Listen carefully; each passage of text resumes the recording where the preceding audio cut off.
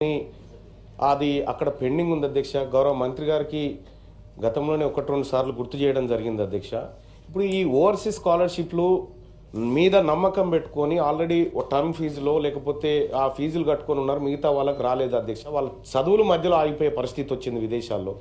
So మరి అటువంటి పరిస్థితుల్లో దాన్ని తొందరగా ఆ ఓవర్సీస్ స్కాలర్షిప్లు మంజూరు చేస్తే, ఇప్పటికే పెండింగ్ ఉన్నాయి అధ్యక్ష, ఏడాది నుంచి పెండింగ్ ఉన్నాయి. మరి వీటిని నమ్ముకున్నటువంటి కొంతమంది తల్లిదండ్రులు నా దగ్గరకు వచ్చి కన్నీళ్ళు పెట్టుకున్నారు అధ్యక్ష. ఈ బీసీ వర్గాలకు ఇచ్చేటువంటి స్కాలర్షిప్ల దగ్గర కొద్దిగా ఆ సంబంధిత శాఖ మంత్రి వారు ఖచ్చితంగా దీనిపైన స్పెషల్ దృష్టి పెట్టాలని చెప్పి రిక్వెస్ట్ చేస్తా ఉన్నారు అధ్యక్ష. ఎందుకంటే చాలా మంది ఇబ్బంది పడతా ఉన్నారు అధ్యక్ష.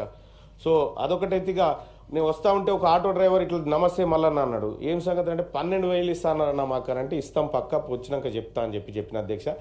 ఆటో డ్రైవర్లకు ఇస్తా అన్నటువంటి వృత్తి విషయంలో కూడా మనం కొద్దిగా దృష్టి పెట్టాలి అధ్యక్ష, ఎందుకంటే వాళ్ళు ఎదురు చూస్తూ ఉన్నారు దానికోసం. థ్యాంక్ యూ అధ్యక్ష.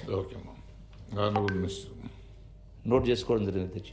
కూర రఘుత్తమరెడ్డి గారు. అధ్యక్ష ధన్యవాదాలు. రాష్ట్ర ప్రభుత్వ పనితీరును అద్దం పట్టేటువంటి వాళ్ళు, కార్యరూపాన్ని తీసుకొచ్చేటువంటి వాళ్ళు రాష్ట్ర ప్రభుత్వ ఉద్యోగులు, ఉపాధ్యాయులు. వీళ్ళ వేతనాలకు సంబంధించి ప్రతి 5 సంవత్సరాలకు ఒకసారి మనం పిఆర్సీ ద్వారా ఫిట్మెంట్ ఇచ్చి వేతనాల పెంపు అనేది ప్రతి 5 సంవత్సరాలకు ఒకసారి జరగాల్సినటువంటి కార్యక్రమం. గతంలో మనకి 2024 జూలై 1 నుంచి రావాల్సిన పిఆర్సీకి సంబంధించి పిఆర్సీ కమిటీ వేసి ఉన్నాం.